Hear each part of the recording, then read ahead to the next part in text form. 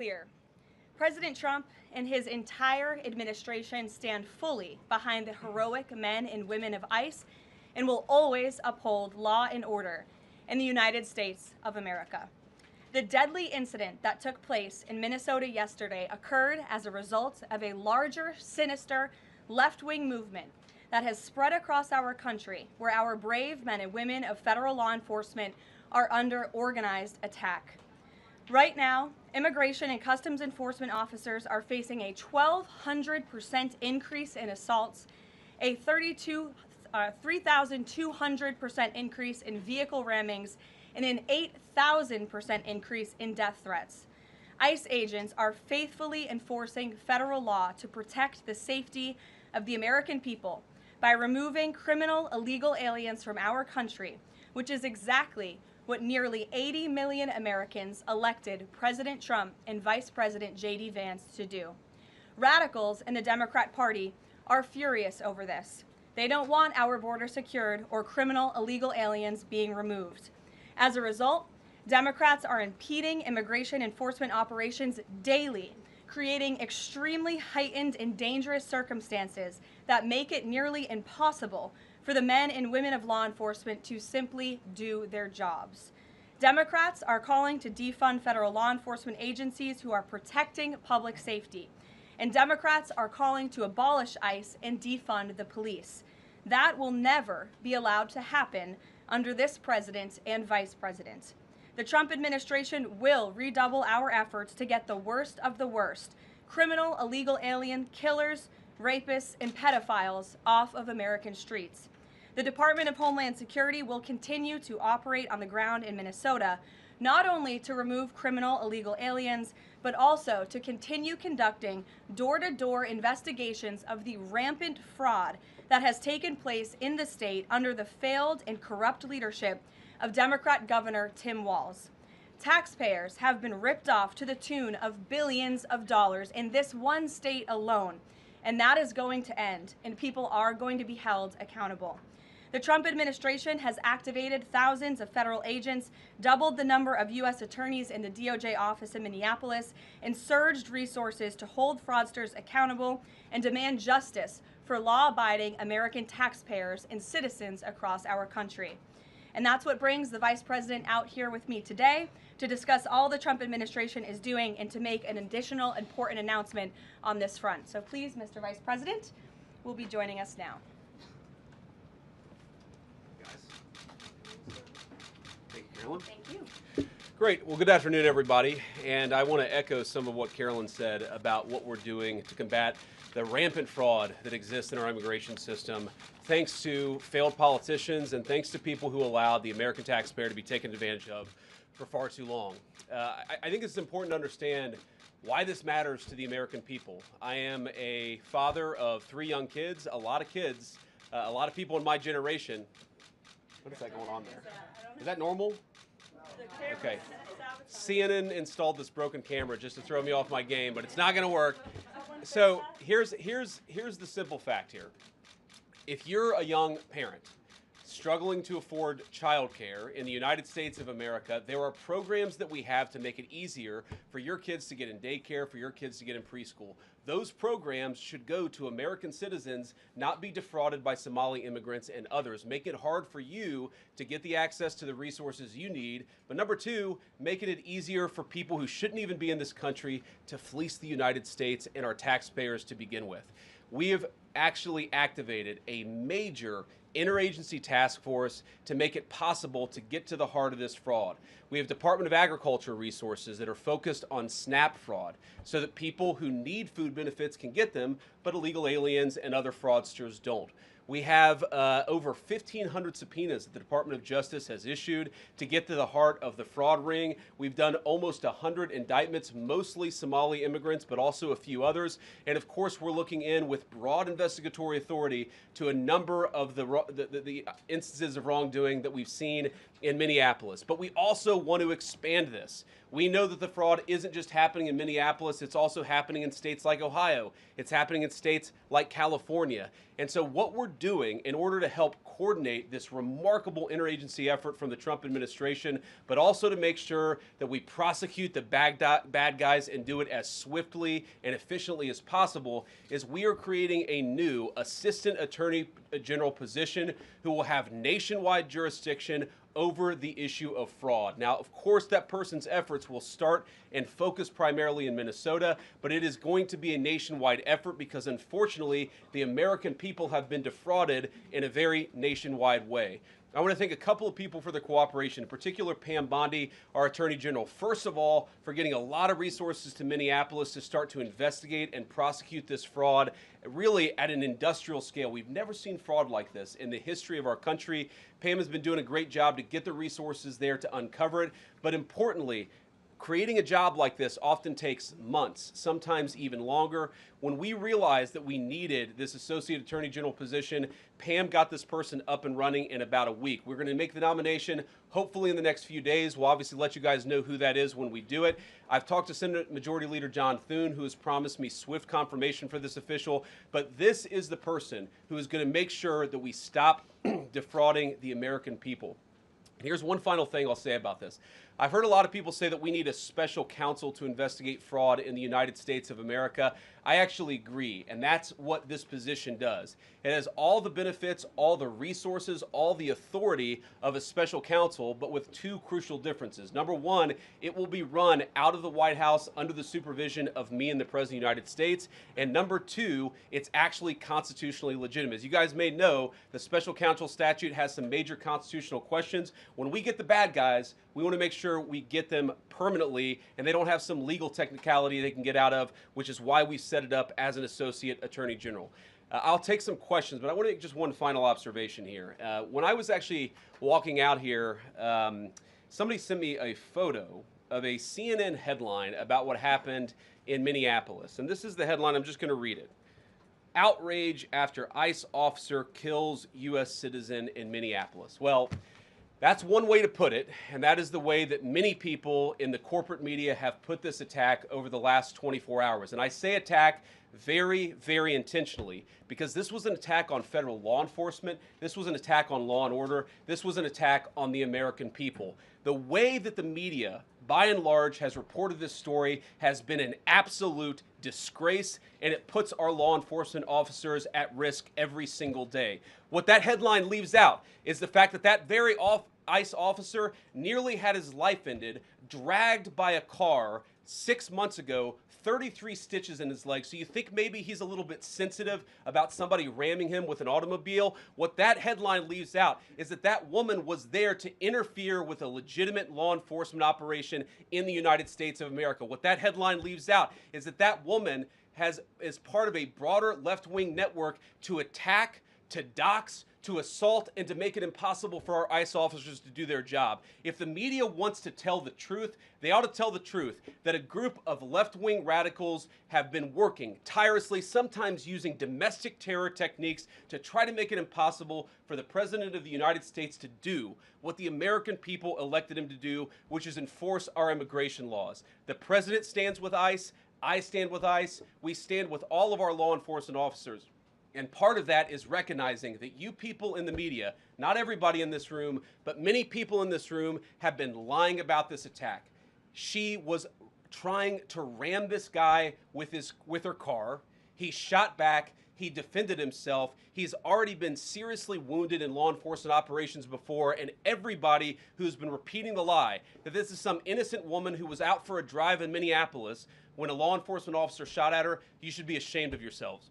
Every single one of you. Questions? Thank you, Mr. Vice President. I wanted to read a quote from Tim Walz earlier today. He said, "When things looked bleak, it was Minnesota's first that held the line for the nation on July 3rd, 1863, and I think we may be in that moment now."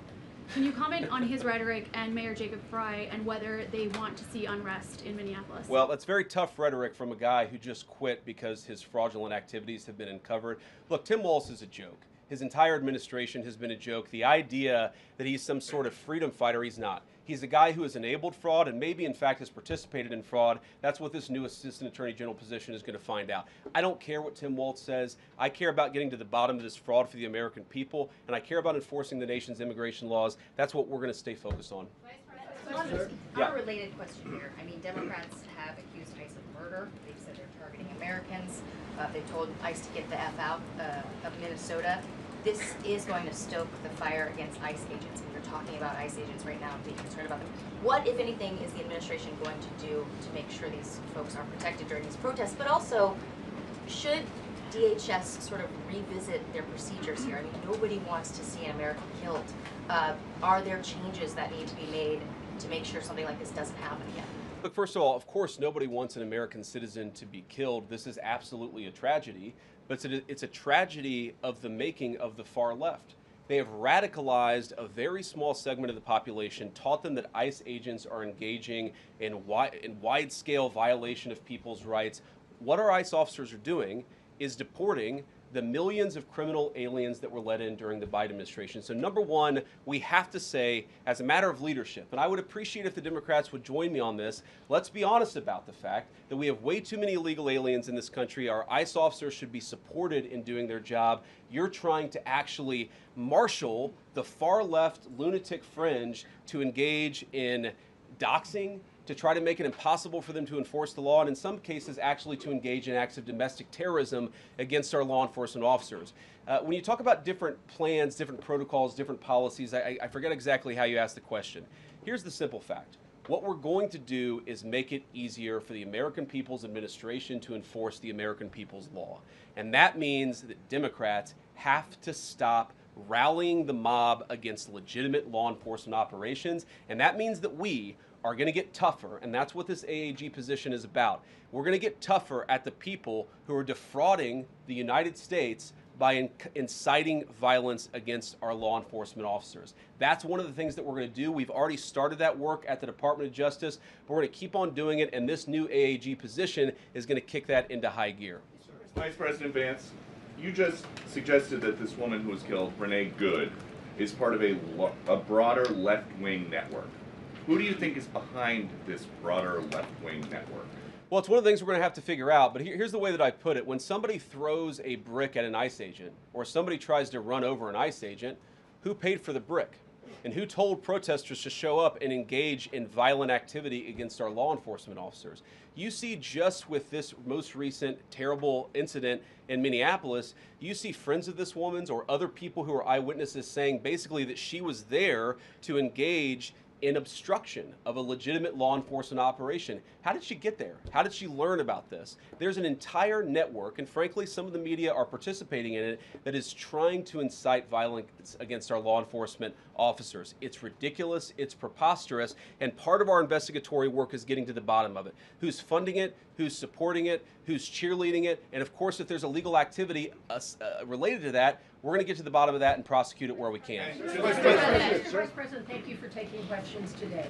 Is there a risk with you describing her as a deranged leftist, talking about very specific facts of these events, when an investigation is just beginning? Are you preempting a thorough investigation by drawing such conclusions? And have you received any information beyond the videos we've seen publicly about this individual, her specific acts, that has informed your point of view? Well, first of all, the Department of Justice is going to investigate this. The Department of Homeland Security is already investigating this. But the simple fact is, what you see is what you get in this case. You have a woman who is trying to obstruct a legitimate law enforcement operation. Nobody debates that. You have a woman who aimed her car at a law enforcement officer and pressed on the accelerator. Nobody debates that. I can believe that her death is a tragedy, while also recognizing that it's a tragedy of her own making and a tragedy of the far left, who has marshaled an entire movement, a lunatic fringe, against our law enforcement officers. I think what is clearly happening here, and it's going to keep on happening unless the Democrats wake up and say, you know what, you don't have to agree with our immigration policies. You don't have to agree with what the president or the vice president believe about immigration enforcement, but why don't you take this to the ballot box? Why don't you vote? Why don't you organize? Instead, what some of them are doing, What some of them are doing is encouraging people to get violent with our law enforcement officials. It's disgraceful and it's got to stop. Yeah. Yeah. Just to follow up on that question, and again, thank you for taking questions, Mr. Vice President. There's clearly a lot of emotion in Minnesota, across the country, over this incident. You're calling Renee Good a deranged leftist. There's been heated rhetoric that we've also heard from officials. What responsibility do you and the president have to diffuse some of the tension that we are seeing play out in Minnesota, bring down the temperature as this investigation is unfolding? What we have a responsibility to do is to protect the people who are enforcing the law and protect the country writ large. Whether you're Democrat or Republican, you deserve to have the people's laws enforced in the United States of America. Now, again, I'm not happy that this woman lost her life. I'm not happy that this woman was there at a protest violating the law by interfering with a law enforcement action. I think that we can all recognize that the best way to turn down the temperature is to tell people to take their concerns about immigration policy to the ballot box. Stop assaulting and stop inciting violence against our law enforcement officers. That's the best way to take down the temperature. And we're not going to give in to terrorism on this. And that's exactly what's happening. People trying to antagonize, to commit acts of violence. They throw bricks at them. Sometimes they shoot at them. Sometimes they dox them. Sometimes they go to their place of residence and harass their families. This is classic terrorism. And we cannot say that when a far left fringe is inciting violence against our brave law enforcement officials, that we're no longer going to enforce the law. That's rewarding the very people who are engaged in this garbage. The actual reward that they just got is a new assistant attorney general who is going to prosecute and investigate this stuff even more aggressively than before. Yeah. Thanks for taking my question. So the head of Minnesota's investigations agency says that the U.S. Attorney's Office has essentially cut off the state investigations agency's access to the investigation. What is the precedent for that, and why shouldn't the Minnesota officials on the ground have access and evidence to work on this investigation? First of all, I wish the state officials in Minnesota would investigate why you have so many people who are using their vehicles and other means to actually interfere with a legitimate law enforcement operation. The precedent here is very simple. You have a federal law enforcement official engaging in federal law enforcement action. That's a federal issue. That guy is protected by absolute immunity. He was doing his job. The idea that Tim Walz and a bunch of radicals in Minneapolis are going to go after and make this guy's life miserable because he was doing the job that he was asked to do is preposterous. The unprecedented thing is the idea that a local official can actually prosecute a federal official with absolute immunity. I've never seen anything like that. It would get tossed out by a judge. So what I'd like Minnesota to focus on is the real issue, that they're encouraging people. Minneapolis officials are encouraging people to commit violence against ICE officials. It's ridiculous. It's got to stop. Go ahead. Mr. President, thank you. You said earlier that there's a left-wing network to attack, to dox, to assault, and make it impossible for ICE officers to do their job. You told my colleague just now that there's an investigation going on into that network. Yep. So if everything that you say is true, how does being part of that network justify being shot? Well, being part of the network doesn't justify being shot, but ramming an ICE officer with your car, that's what justifies being shot. It's not a good thing, by the way, but when you force somebody to engage in self-defense, it's almost a preposterous question. I'm not saying that funding some of this stuff justifies capital punishment. Nobody would suggest that. The reason this woman is dead is because she tried to ram somebody with her car and that guy acted in self-defense. That is why she lost her life, and that is the tragedy. Now, there may be other violations of the law and other penalties that are associated with those violations of the law. For example, if you are funding violence against our law enforcement officers, I'm not a prosecutor. My guess is that's not the sort of thing that earns capital punishment, but it should sure as hell earn you a few years in prison if you're funding the effort to try to assault our law enforcement officers. I'm sorry, guys. What's going on here? You guys are meant to report the truth. How have you let yourself become agents of propaganda of a radical fringe that's making it harder for us to enforce our laws? You just asked me a question that presumed that the reason why this woman died is because she was engaged in legitimate protest. She tried to run somebody over with her car, and the guy defended himself when that happened. Next question. The investigation is still ongoing. I said next question. Mr. Vice President, I mean, you presumably watched the video yourself.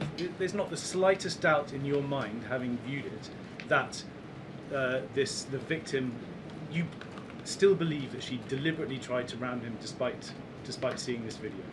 Look, I don't know what is in a person's heart or in a person's head, and obviously we're not going to get the chance to ask this woman what was going on. What I am certain of is that she violated the law. What I'm certain of is that that officer had every reason to think that he was under very serious threat for injury or in fact, his life. What I'm certain of is that she accelerated in a way where she ran into the guy. I don't know what was in her heart and what was in her head, but I know that she violated the law, and I know that officer was acting in self-defense. It raises an interesting point, though. Look, if people want to say that we should have a legitimate debate about, what was she really doing, right? Was she panicking when she drove into this officer, or was she actually trying to ram him? That's a reasonable conversation. What's not reasonable is for so many of you to plaster all over the media that this was an innocent woman and that the ICE agent committed murder, which is what many of you have said explicitly and some of you have said implicitly. That's what I have an objection to. The idea that this was not justified is absurd, and I think everybody knows it in their heart. Yeah. Mr. Vice President, in the green jacket. Taking down the temperature, it seems like political violence is ratcheting up and riots could be around the corner. What steps does the administration have planned to try to unite America? Average people on both political sides are so tired of fighting with each other, and I think all the journalists in this room could agree with me that we don't want to be part of the problem.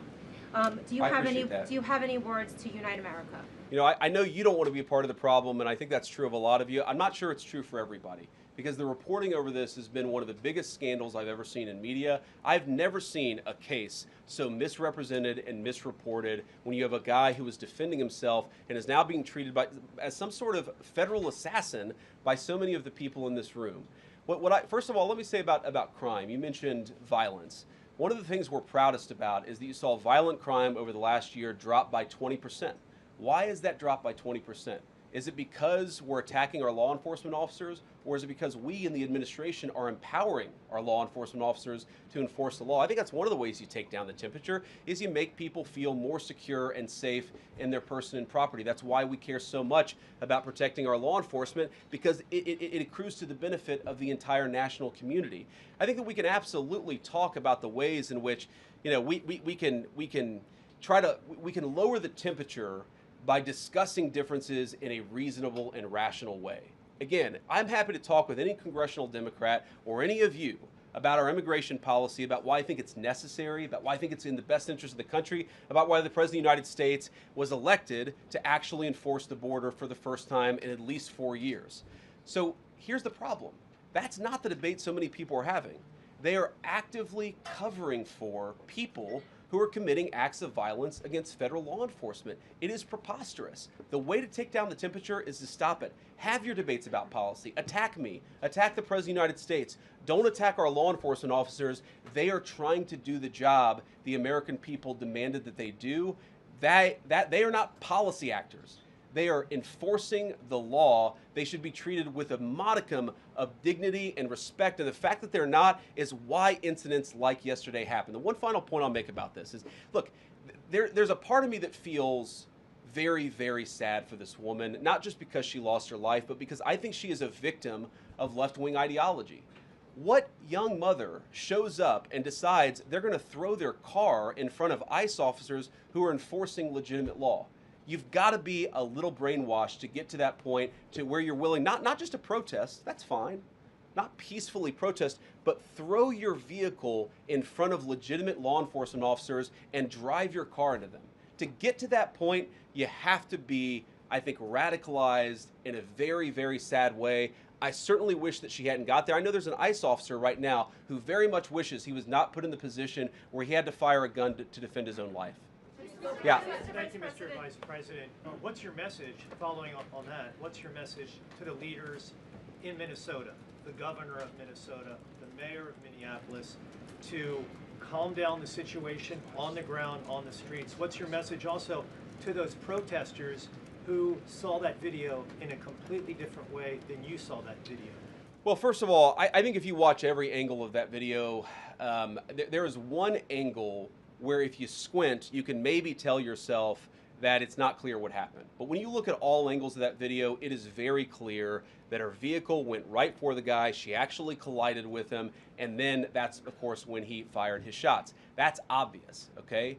So what I'd say to the protesters is, by all means, protest peacefully, but make this about ideas. Make this about disagreement with our policy.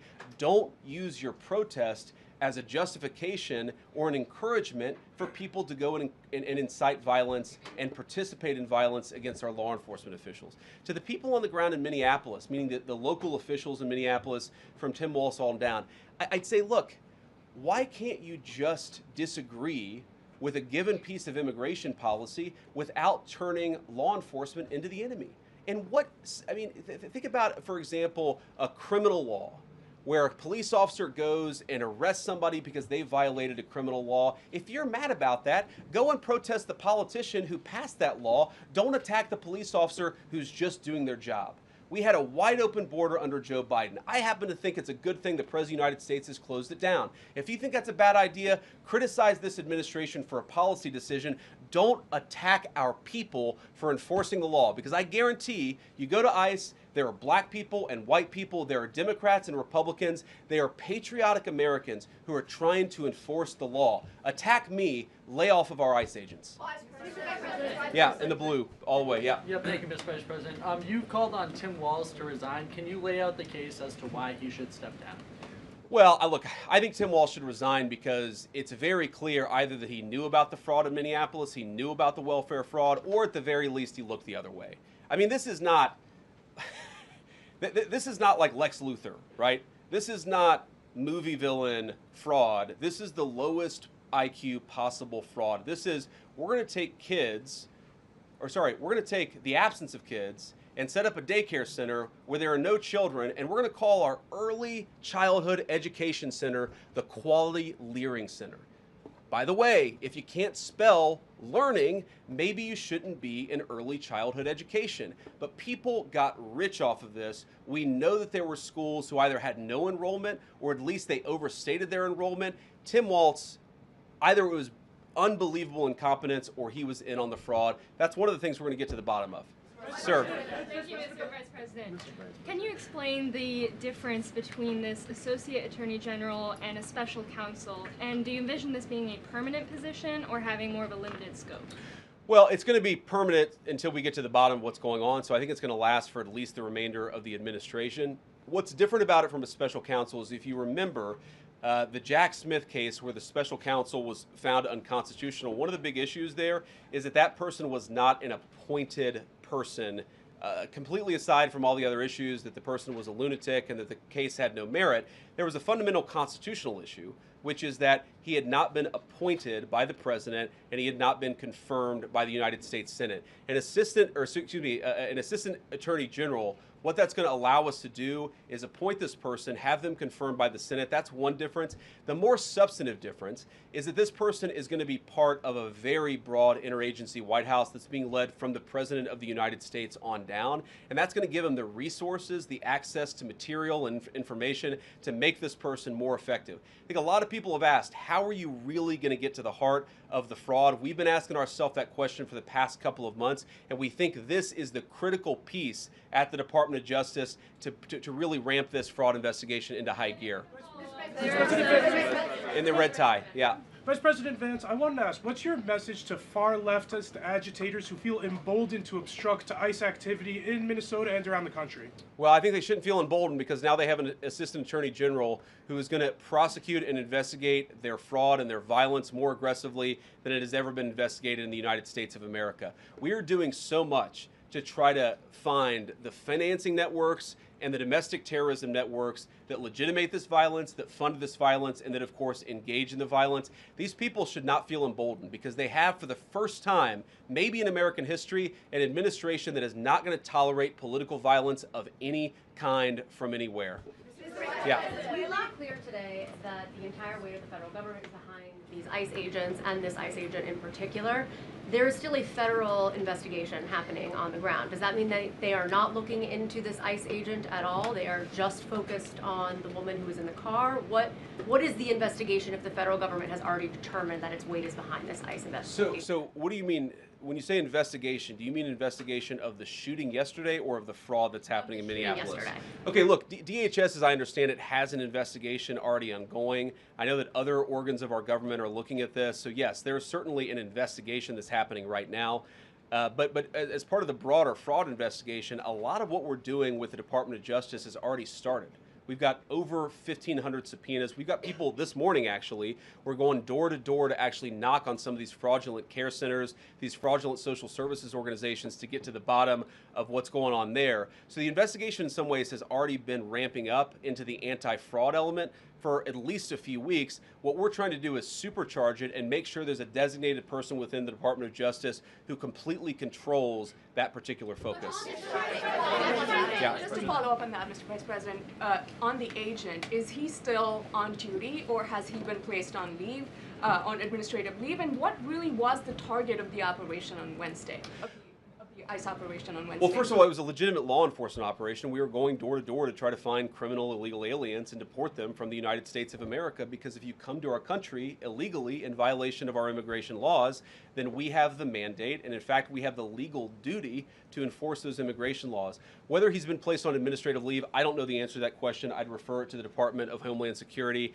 and they can follow up. I will say, look, I would appreciate everybody saying a prayer for that agent. Look, in the past 6 months, he has been hit twice by a motor vehicle. One time, the first time, it led to over 30 stitches and very serious injuries to his legs. This is a guy who's actually done a very, very important job for the United States of America. He's been assaulted, he's been attacked, he's been injured because of it. He deserves a debt of gratitude, and I think the media prejudging and talking about this guy as if he's a murderer is one of the most disgraceful things I've ever seen from the American media.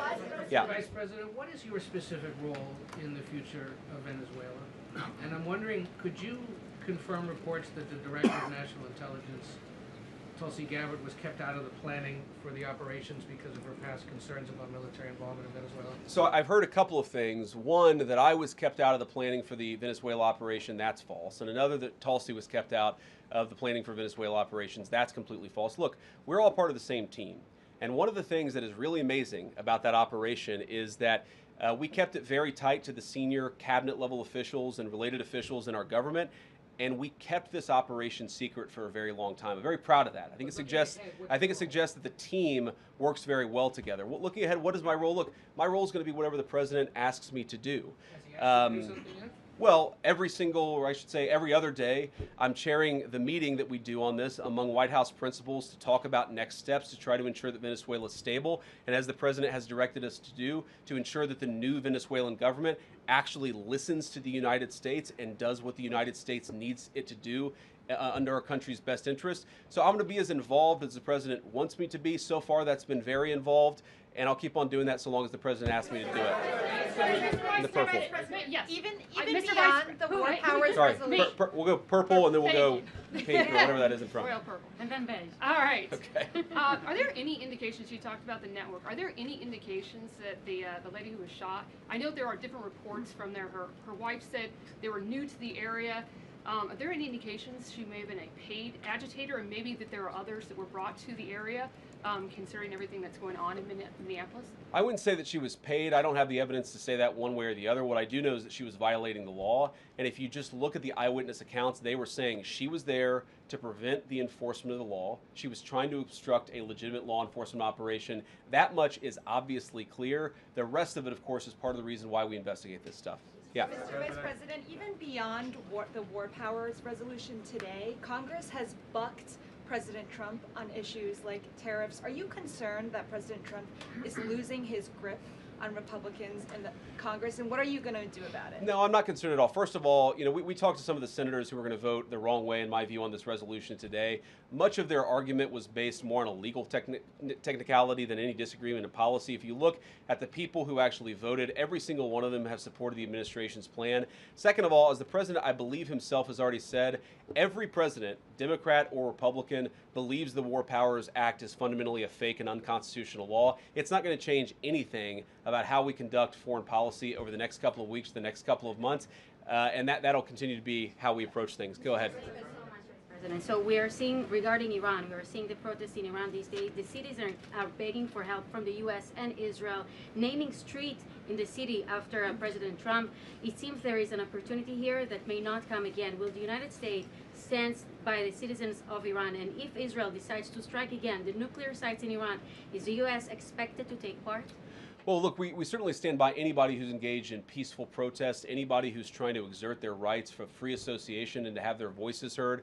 Obviously, the Iranian regime has a lot of problems, and as the President of the United States has said, the smartest thing for them to have done, it was true 2 months ago, it's true today, is for them to actually have a real negotiation with the United States about what we need to see when it comes to their nuclear program. I'll let the President speak to what we're going to do in the future, but we certainly stand with anybody across the world, including the Iranian people who are advocating for their rights. I'll take just a couple more questions. Yeah, go ahead. Thank you very much, Mr. Vice President.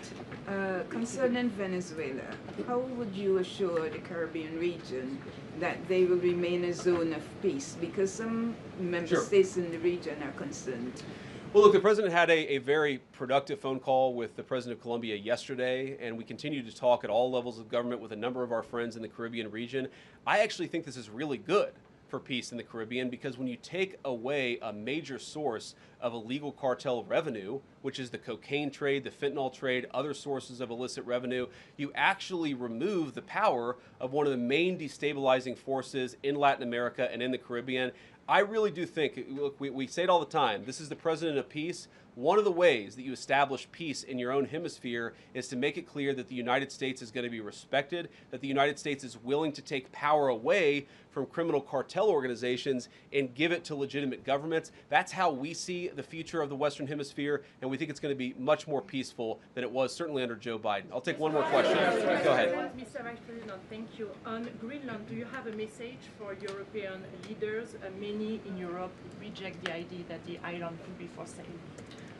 Well, first of all, Secretary Rubio, I believe, is meeting with the leaders of Denmark and Greenland next week, I want to say it is, but maybe it's the week after that. We'll continue to deliver some of these messages in private, some of them in public, but I guess my advice to European leaders and anybody else would be to take the President of the United States seriously. What has he said about Greenland? Set to the side the crazy overreactions that I've seen from the press and from certain people in Europe. What has the President said? Number one, Greenland is really important, not just to America's missile defense, but to the world's missile defense. Number two, we know that there are hostile adversaries that have shown a lot of interest in that particular territory, that particular slice of the world. So what we're asking our European friends to do is to take the security of that landmass more seriously, because if they're not, the United States is going to have to do something about it. What that is, I'll leave that to the President as we continue to engage in diplomacy with our European friends and everybody on this particular topic. And again, thank you all for listening. Thanks for taking questions. And I just ask you, look, this is politics, and often Republicans and get in arguments with the press about things, and I understand that. I think it's really irresponsible for you guys to go out there and imply or tell the American people that a guy who defended himself from being rammed by an automobile is guilty of murder. Be a little bit more careful. We're going to talk about toning down the temperature, which I know the President wants to do, and I certainly want to do. One of the ways we tone down the temperature is to have a media that tells the truth. I encourage you all to do that. God bless you. Happy New Year, guys.